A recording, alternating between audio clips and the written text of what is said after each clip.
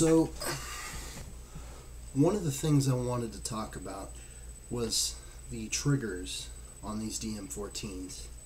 Now, some people have been complaining that the triggers are terrible or they're really hard to pull. And to be honest with you, I was one of those people. When I first got my hands on a Dm14, I thought the trigger was terrible as well. I knew at the time that it had a spring in it because all DM triggers have springs. I don't know why. But what I didn't know was the fact that they had switched their micro switches from years previous. At least from my experience. Back on the PM8, I'm pretty sure they were using an Omron switch.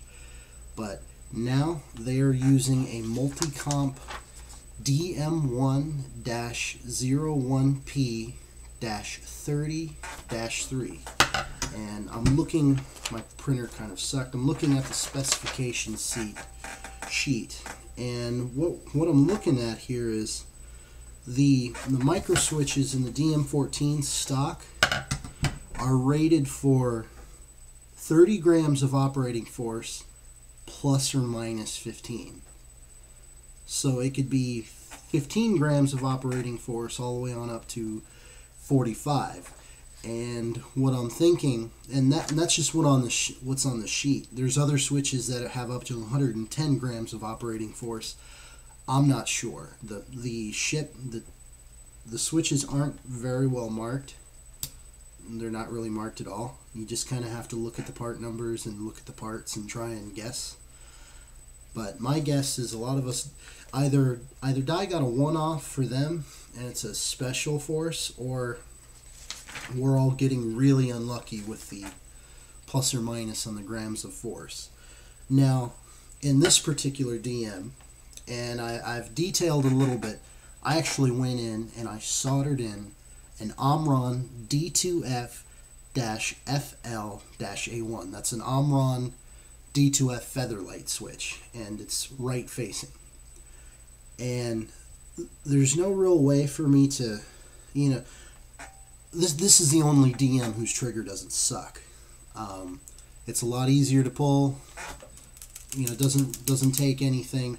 It's really hard to quantify what I'm telling you though. So I've got a linguine noodle here, and I'm just trying to show you. I'm not sure. Like I said, this isn't very scientific either, but I can move this trigger with a linguine noodle. Try that on a stock Dye trigger with the spring and the original switch on it. It'd be breaking constantly. But yeah, like as I can show you. I'm really out there in the center.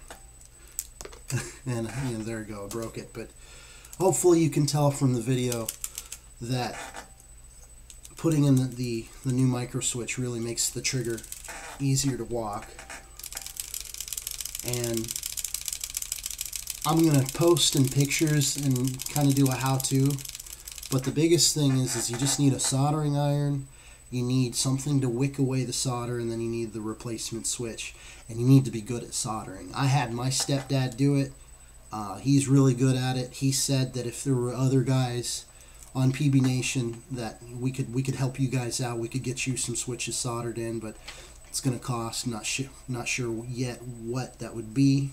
But yeah, it's real unfortunate.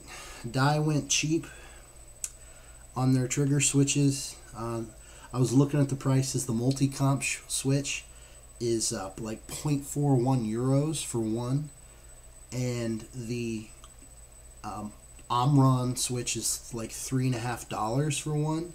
Now obviously Dye doesn't buy in units of 1 or 2 or even 5,000, but just going by the relationship between those two prices, they went cheap on the switch.